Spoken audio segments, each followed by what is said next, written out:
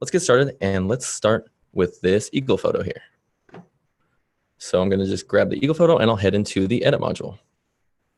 And as you can see right off the bat, even zoomed in, so I was zoomed in all the way on this photo, and if we go into info, I was shooting this with a 100 to 400 millimeter, and I even had a 1.4 times teleconvert. So when shooting birds especially, it can be really difficult to get really close.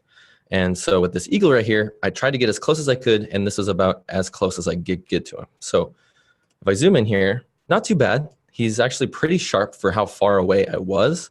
So I think we can pull something out of this and we can go in and crop.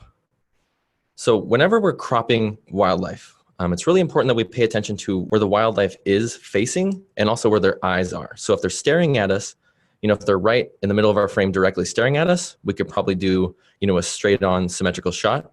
But with this particular bird here, it's facing this way. So when we crop in here, let's just hit C on our keyboard to grab my crop tool.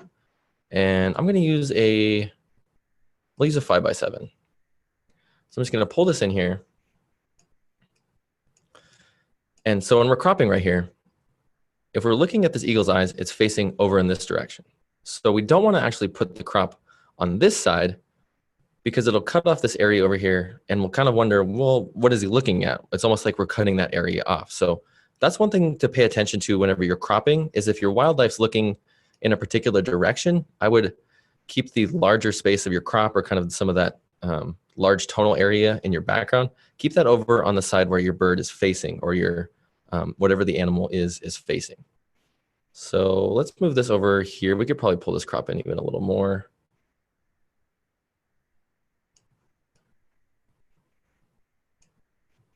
And okay, so it looks pretty good. We have this middle part directly right here, so it has a little bit more room on this side to kind of give the viewer an idea of where he's looking. And then I'll just go ahead and hit enter. Perfect. So I think that looks pretty good. I might even crop in a little bit more just to remove this bottom area. So I'll just pull up on this. And then we'll move it over again.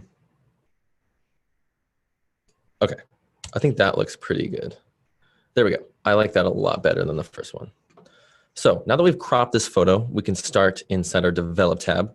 With wildlife, it kind of depends on your shot, whether you want to edit first or crop first. And there's really no wrong way, because you can always go back and recrop or readjust something.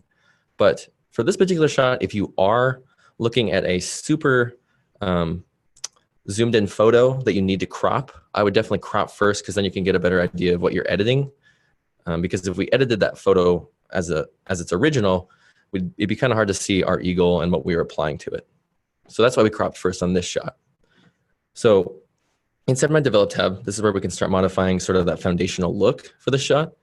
And if you're shooting in RAW, you're going to have the option to modify your camera profile. So this is just going to give us a different look. So if we go in here, I can click ON1 Standard, and this will just show me my regular photo. But one of these, this ON1 Landscape, looks really good with this particular bird shot. So if I go back to Standard, like that, and if I go back to Landscape, I like how it does a great job of kind of separating the bird from the background a little bit more. It adds a little bit more contrast into his feathers, but we can always go back in to our tone and color. We can modify our midtones and our shadows to bring back some of those darker areas in the bird here. So I think that ON1 Landscape looks really good as far as just going in here and changing the profile. So now I'm going to go in here, and I'm actually going to pull up on my shadow tones first, because I can see that those areas in the feathers are the darker areas, which I really want to see a little bit more of here. So I'll just go in there and I'll pull up on my shadow tones a little bit. So that does a pretty good job of revealing a lot of those darker areas in the shot. And remember that when we're pulling up on shadow tones or exposure or our midtones, we're going to be removing contrast from our photo. So if you want to have that detail reapplied, definitely go back and you can pull in on your contrast to add in some of that contrast again. So you can add some of that contrast in, because when you remove when you added in shadows, you're removing some of that contrast. Or you could go down and you could pull down on your black slider. So I'm actually just going to pull back on my contrast to about 5. And then I'm going to pull up on my midtones. So my midtones in here are going to be these middle gray areas in here. So a lot of the midtones are going to be on the bird's face right here in this stick, and then also a little bit in the feathers. So watch as I pull up on these midtones. It's bringing it a little bit more light, but it's, again, we're losing a little bit of contrast. So then I'll head back down, and with my black slider here, I'm going to hold down my J key, and I'm going to pull back on my black slider, and that's going to add in true black to my shot. So I think that's probably good as far as the true black goes. You can see that these blue overlay areas, that's showing me my clipping warnings. So any blue in here is true black without any detail. So that means there's a lot of tonal contrast right in here, which I can actually fix by going back up, and then I can pull up on my shadow slider one more time. And I think that looks perfect as far as base tonality goes with the shot. So let's just hit the backslash key on our keyboard. And it's already looking a lot better. So I think that's pretty good as far as the develop tab here. I'm going to go down, I'm just going to click this Kelvin so I can see the temperature. And we might want to heat it up just a sliver.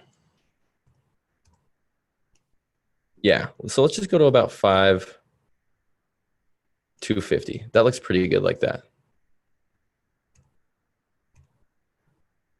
So now at this point in time, what I definitely want to do is I want to go into effects and add a little bit of detail. So in effects, I'm going to add a filter, and I'm going to add dynamic contrast. Now, with photos like this, when you're needing to crop in quite a bit, whenever you crop in and you apply detail or contrast, or you're pulling up on shadow tones or dealing with the exposure, most of the time you're going to be dealing with some noise. So with this particular image, we're going to add this dynamic contrast, and we're going to focus it solely on this bird right here so that it's not applied to this large tonal area. Because even if we're adding on dynamic contrast in here and there's not much tonal contrast in the sky, it's still going to try to go in there and apply a little bit of detail. And so we're going to see a little bit of noise. So to avoid noise as much as we can, we're going to go in and target these specific areas that we're applying adjustments to. So with this dynamic contrast filter, I'm just going to pull up on my small a little bit. And you can see it's adding in some nice detail to the bird. But again, it's pulling in detail across this entire photo. And so we have some noise coming in on the sky. Well, because we have this bird kind of just chilling out in front of this large tonal background, we could probably use a luminosity mask and just target this area. So inside our dynamic contrast filter, I'm going to click my masking options. And I'm going to go down and choose lumen. So now if I view this mask, what the luminosity mask is doing is it's targeting these brighter areas in my shot, and it's saying, hey, Photo Raw, create a mask based off of these areas and only apply this dynamic contrast filter to the brighter areas in my photo. So you can see that it chose this large sky area and kind of the bright area on the bird's head to apply this dynamic contrast filter to. But we want this applied to the bird in here. We don't want it applied to the sky. So what we need to do is invert this. So we'll head over to dynamic contrast and we'll invert the filter. So now this white area where the filter is being applied is now on this bird. So with luminosity masks, the way that we need to refine them is we're going to use these sliders in here. And we're just going to focus on this level slider. And so the level slider allows us to target whatever tones we want in this shot. Well, we just want this bird and the stick and maybe even these trees, it doesn't really matter. Well, with the level slider, if we weren't inverted, so if we were back to this, the way the level slider works is you have your shadow tones over here, you have your midtones in here, and you have your highlights. And if you pull to the right on one of these points, you're going to remove those tones from your mask. So see, as I pull it back to the left, it adds those back in. I can see those shadow tones in there. So if I pull to the right, it's removing those shadow tones from the mask. If I pull to the right on the midtones, it's removing the midtones. Whereas if I pull the midtone point to the left, it's adding them back in. So in a luminosity mask, when your mask isn't inverted, pull to the right, you remove, and pull to the left, you add. But since we are inverted and we're trying to target these darker areas, we're going to have to do the exact opposite. So we're going to have to pull right to add, and we're going to have to pull left to remove. So if I want to add in shadow tones, I'm going to have to pull to the right, and see how that adds in shadow tones? And then I can remove midtones by pulling them to the left.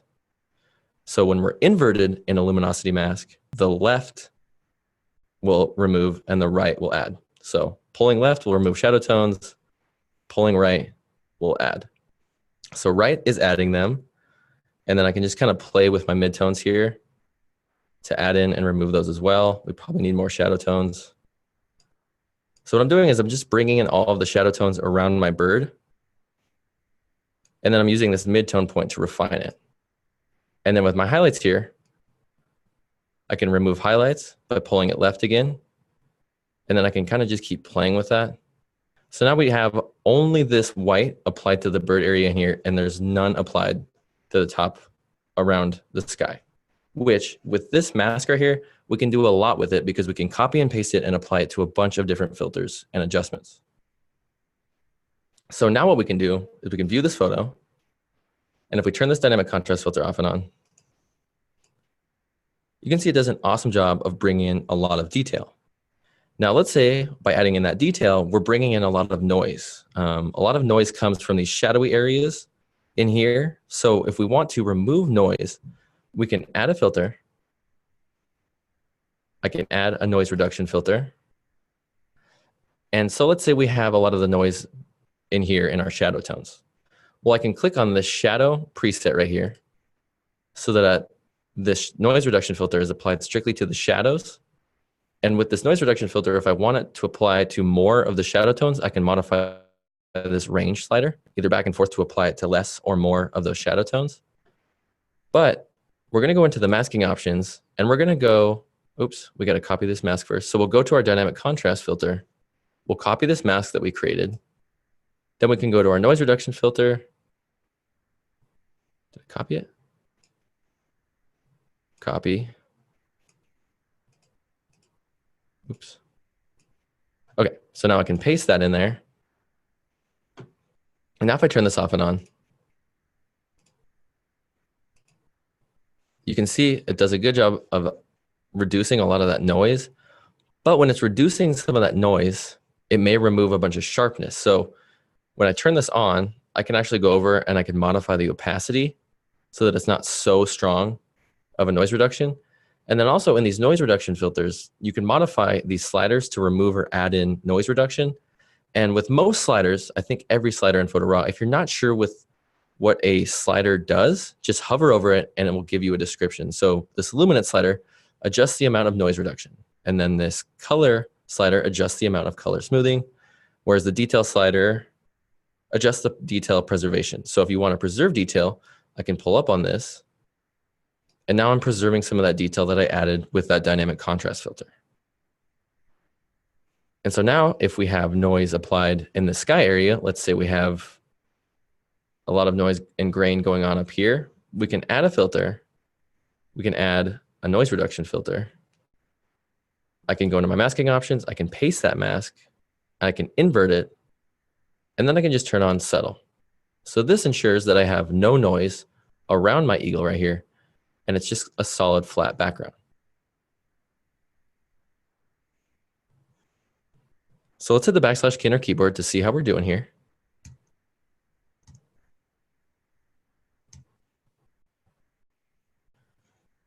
I think it's going well. I think we're doing a good job of just bringing out some of the life within the eagle and also modifying it so that we can see a lot of that detail in the feathers without adding in so much noise that it looks kind of crunchy and unrealistic.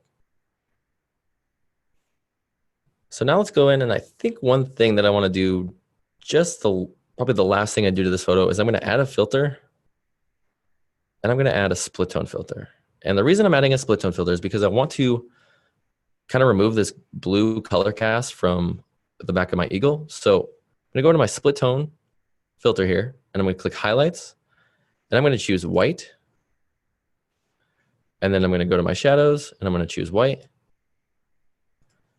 And then I'm going to pull up on the amount of both of these to 100, just like that. And then I'm going to go to my split tone masking options. I'm going to paste that mask that we used earlier, and I'm going to invert it. So now if I turn the split tone filter off and on, It's really subtle. It's very subtle. But if you can see it, you can see that it's removing the blue color cast from behind the eagle really well. And it's just adding in a nice white kind of overlay around him.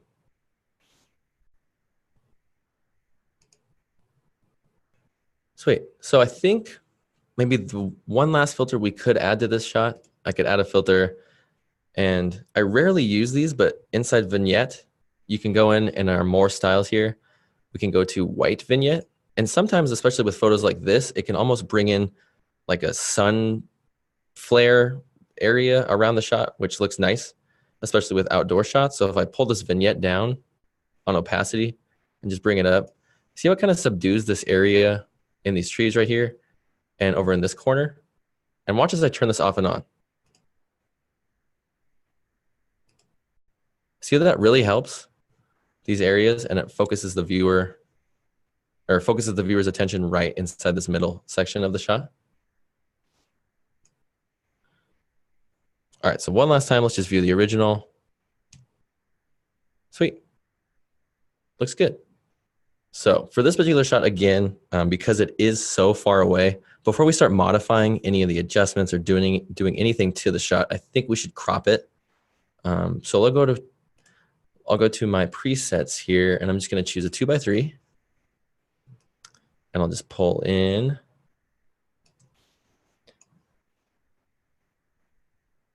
There we go.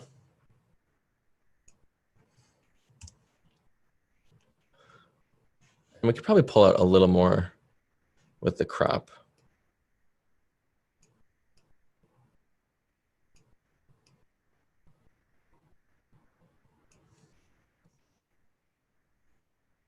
Okay, so with shots like this, where you have just a really, if I hit J on my keyboard and just pull up on the exposure a little bit, I mean, even at half a stop, we have this huge area up here, which this red in here, opposite of the blue, when you see this red overlay by holding down your J key, that's your true white without any detail. So that would be considered probably a blown out area in your photograph. So by pulling up on this, you can see that this large tonal area is pretty bright on the shot. But that's kind of a good thing with shots like this, because we can pull up on the exposure and it won't modify too much of the background, or it won't make much of a difference, at least. So now in here, I was playing with my camera profiles and none of them looked very good on this shot. They all either looked a little flat. So I actually really like this just standard right here. And I'm going to pull up on the exposure. And actually, I'll pull up on my levels so you can see those. But I'm going to pull up on my exposure, and you can see that it already is bringing in life into the bird. And it hasn't really modified too much of the background. I probably wouldn't pull up that much because we can always pull up on our midtones. But I think the photo did need a little bit of an exposure boost in there. So I'm going to pull back on it just a hair, about half a stop is pretty good for the exposure. And then a lot of the midtones in this shot are going to come from this area on the feathers in here, and then these light greens in the tree. So if I pull up on my midtones, you can see that already it's bringing in a lot more of the exposed areas in here. So I can see those a little bit more. But again, by pulling up on those midtones, we're going to be removing contrast. So we can always add that contrast back in with our contrast slider. And then it's just kind of a delicate dance between your shadows and your blacks and your contrast and midtones. So I'll pull up on the shadows just a little bit more, and then I'm gonna hold down J again, and I'll pull back on my black slider.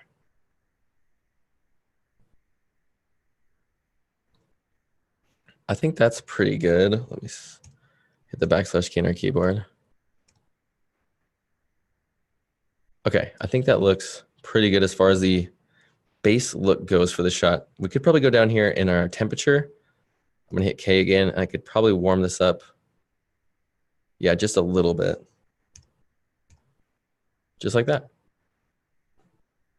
So one thing I'm gonna do to this shot just right off the bat is I'm actually gonna grab a local adjustment layer, and I'm gonna deal with this area of tree right in here so we can really kind of focus the viewer's attention on this eagle. So I'm gonna go to my local adjustments tab, and I'm gonna make sure I'm set to darken. And I'm actually going to hold down Shift and I'm going to hit K on my keyboard, and that's going to grab me my adjustable gradient. So with the adjustable gradient, I'm just going to drop this down, and now it's applied to the bottom area. So now I can kind of tone down this tree a little bit. So I'll just feather this, pull this down.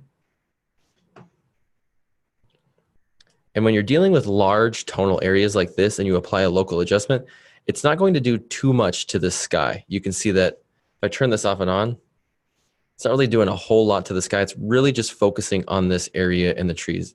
That's because this area is pretty much completely white. So it's going to be a hard thing to tone down and darken. So just keep an eye out for that whenever you're modifying almost silhouetted birds or things like that with large tonal areas in the background, that when you are modifying your local adjustments or even adding a vignette, for example, it's only really going to modify the contrasted areas or the areas with detail.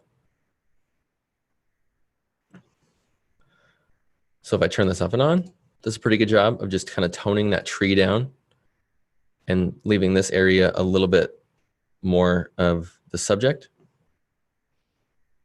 So now I'm going to go in here, and for shots like this, whenever we're cropping in, it's easy to make the photo look flat. So one way that I can fix this is I'll go into effects, I'll add a filter, and an easy filter to bring back life is this curves filter.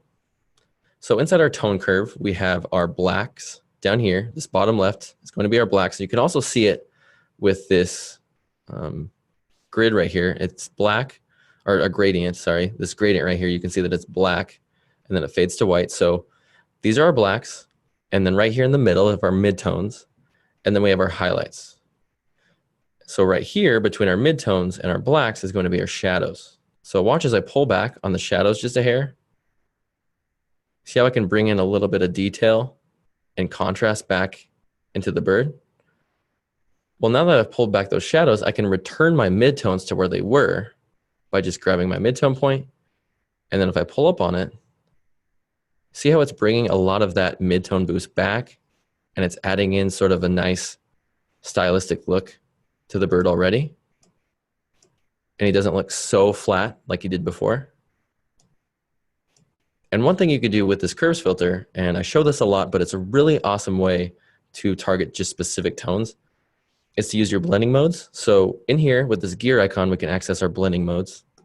And let's say we only wanted this curves filter to be applied to the luminance, or let's say we don't want any of that curves filter to modify the color.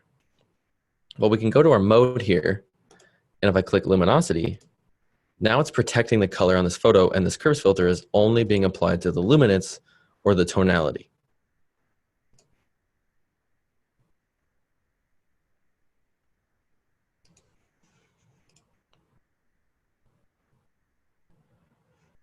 So one thing I think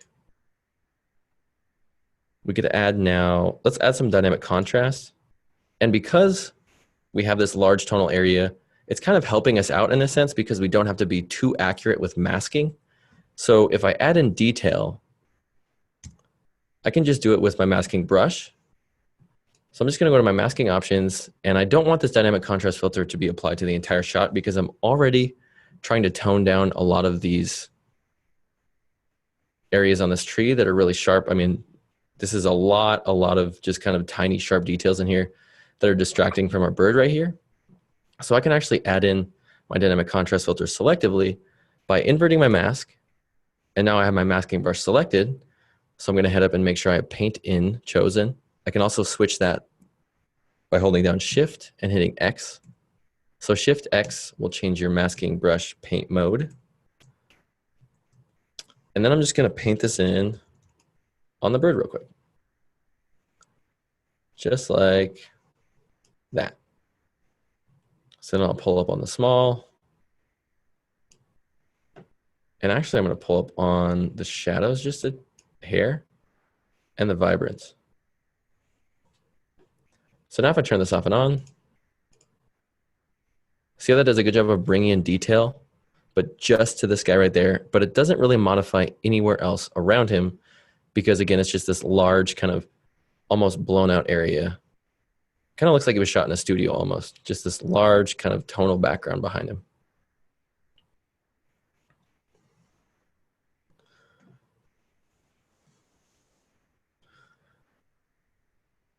So now that I've gone in and I've added that dynamic contrast and I've added in this curves filter here, I think let's try adding in a lens blur just to, again, just tone down this area in here. So I'm gonna add a lens blur, and obviously we don't want that applied to the entire shot. So what I'm gonna do is I'm gonna hold down Shift and hit K on my keyboard. Oops, not Shift and K, I need M. So I'm gonna hit M on my keyboard. That's gonna grab me my masking gradient. Just drop this down here. And then I can flip this around. And with these, it's really important that you try to make it as realistic as possible because this lens blur can easily look not realistic. So my recommendation is to feather it quite a bit and also turn it down quite a bit. So if you turn on your opacity, you can see that it's still doing a good job. And it's only at opacity 54.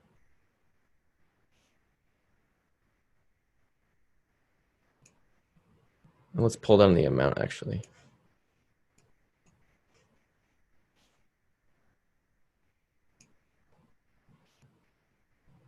So let's pull up on the opacity to 100 and then let's pull down the amount.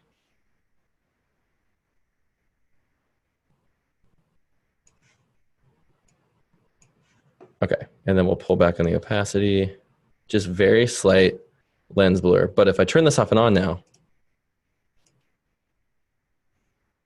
I can even add in a little more.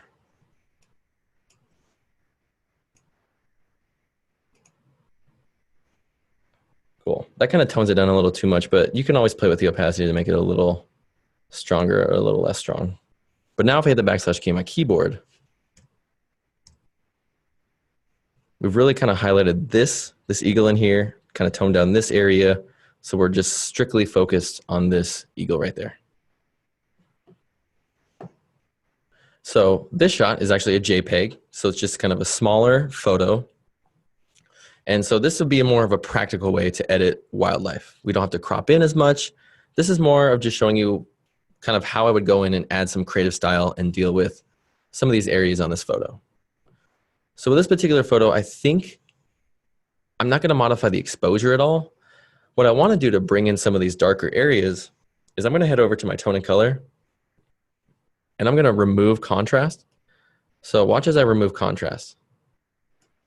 I'm keeping an eye on this area in here. So if I bring this back to 0, you can see this area is quite dark. But if I remove this contrast, I'm revealing a lot of those areas, and I'm not getting that kind of halo look I would get if I was just strictly pulling up on my shadow tones.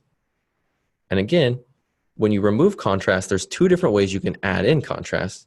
I mean, there's more than that, but the quickest ways are your black slider and your contrast slider. So if I've already removed contrast with my contrast slider, I can head down to my black slider, I'll hold down my J key, and now watch as I can bring it back in really easily. And we can actually pull back a little bit more. But even if I hit the backslash key on my keyboard, just those 2 adjustments, and we've brought in some life back into this photo really, really easily. So now if I want to pull up on my midtones a little bit, I can bring back some of these midtone areas on the coat of this horse and also some of these areas in here.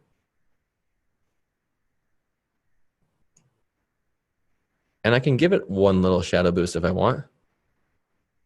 Probably about right there. I don't want too many shadows in this photo because again, we don't want to make it seem unrealistic. I mean, there was a lot of contrast. It's a bright, bright sunny day. But just to give a viewer an idea of, what this coat looks like, we can pull up on these shadow tones and play with the contrast and blacks a little bit. So I think that looks good. Let's see. Yeah, I think that looks pretty good. I could honestly probably add in a little bit more contrast. Just like that. Sweet. And I'll probably head down to my color and let's see what this looks like warmed up a little bit. Yeah, let's warm it up a little bit. Bring back some of that color into this horsey over there. So that's 0 and that's 10. Okay, so now that we've modified sort of the overall foundational shot, our kind of the foundational look for this photo, we'll go into our local adjustments tab. And I tend to do this for a lot of portraits, and animal portraits are no different. So the local adjustments area is super, super helpful for when you're wanting to create little vignettes or just tone down areas around your subject. So I'm going to use this local adjustment here. I'm going to pull back on the exposure to about -2.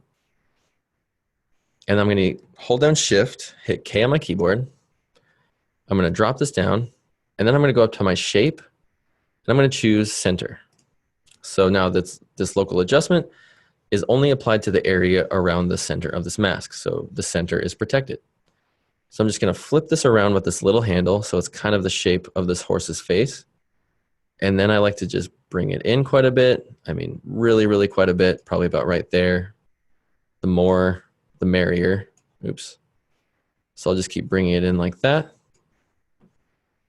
And so now watch as I just take this and I can pull up on the feathering.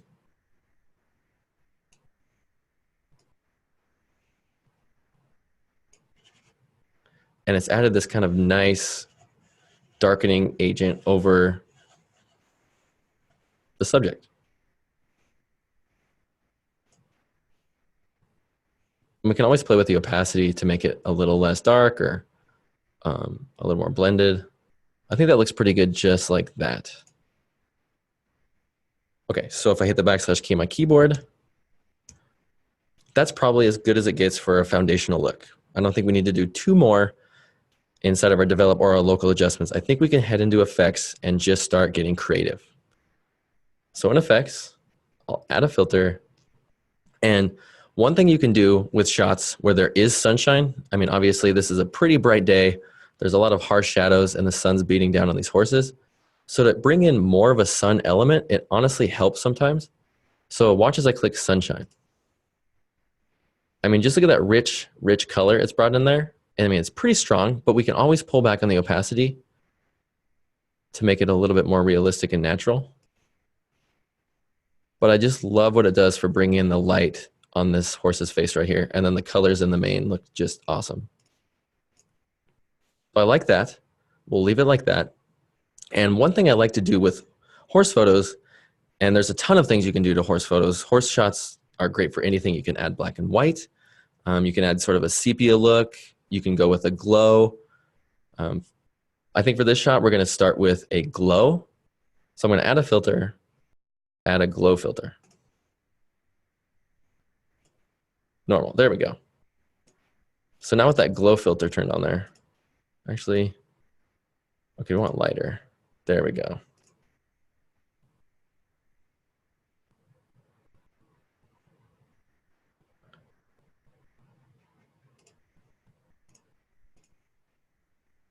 Now we'll go back to soft light strong. And then I'll just pull back on the amount.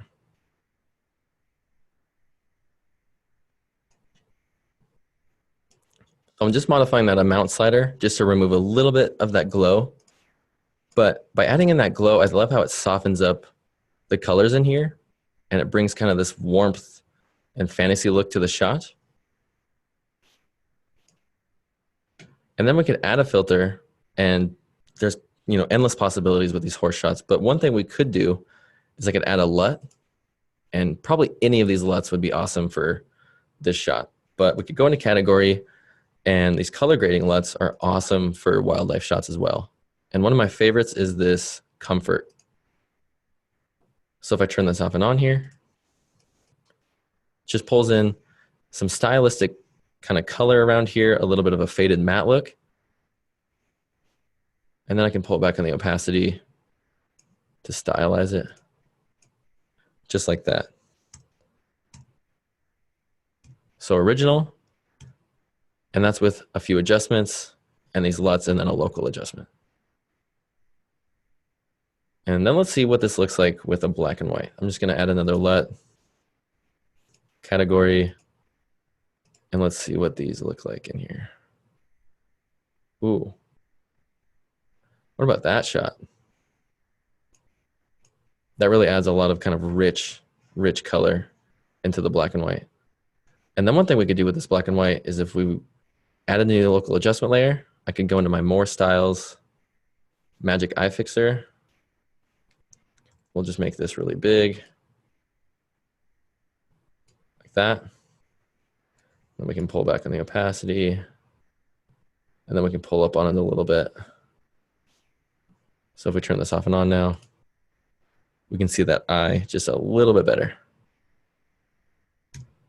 So before and after.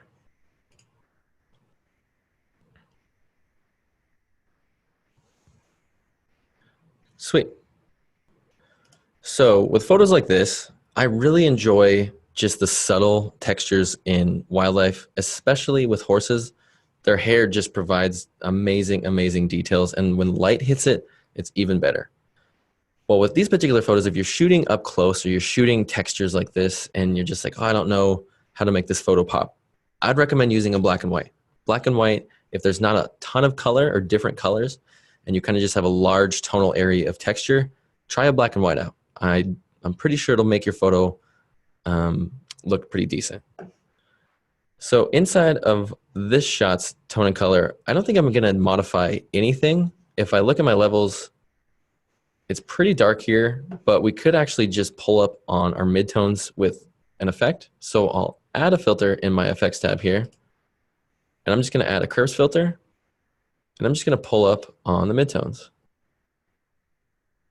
So now I'm strictly modifying just my midtones in here. And the cool thing about this curves filter is if I wanted to add in some detail, I could pull right on my blacks. That could bring in, oops. See how if I pull on my blacks, it adds in some rich contrast. I could also pull down on my shadow tones to bring back some of those shadow tones, like that. And then if I wanted to modify highlights, I can modify my highlights with this slider.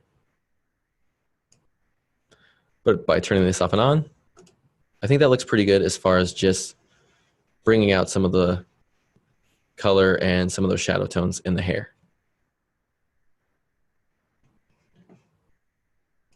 So let's add another filter here, and we're just gonna add a black and white to this shot, just like that. So inside your black and white filter, there's two different ways you can actually convert your photo to black and white. One of the ways is color response. So this is going to use color in your photo, and you can modify these different sliders to either lighten or brighten certain color tones. So if I turn this off, you can see that there's a lot of kind of dark blue, purple, and then orange and yellows and reds in here. So watch as I play with these red sliders. See this red slider, how it's controlling kind of the majority of this shot? Well, I'm actually gonna pull up on it to bring some life back into the reds.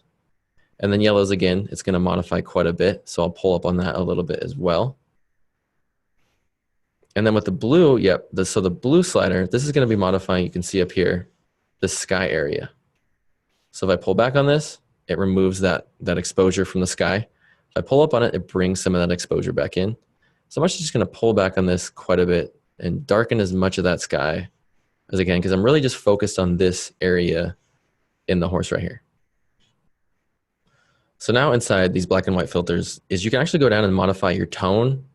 You can modify your toner, so if you want to add in split toning, and you can also add in film grain. So a lot of people don't go down and actually modify those because they're kind of hidden right here, but just so you guys are aware, you can actually go in and add in a lot of those different tonal adjustments inside the filter of your black and white. So for this particular black and white filter, I'm actually going to pull up on my brightness, just a hair, and then also my shadow tones a little bit. And then I'm going to pull in detail with this detail slider. And let's just do 35. Let's just add a bunch. Perfect. So now if I turn this off, it's done a good job of bringing in that detail. You can really see the texture in the hair here now. And a cool thing again is the toner in here, you can actually choose any of these preset styles, and a lot of them look awesome. Especially this, is it Coffee 3? 1. So Coffee 1 is one of my favorite presets, especially for animals. If I turn this off and on, it just adds in kind of the sepia look to the black and white. But let's actually go in here and let's use Selenium 1. There we go, just like that. And we can actually pull up on our exposure just a little bit as well.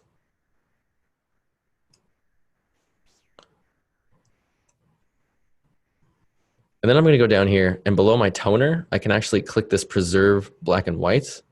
So if I do have blacks and whites in my photo, this will preserve them and make sure that all of the black and whites are actually black and white, and they're not covered in the toner here. So off, on. So those true blacks and those true whites are still white and they're still black.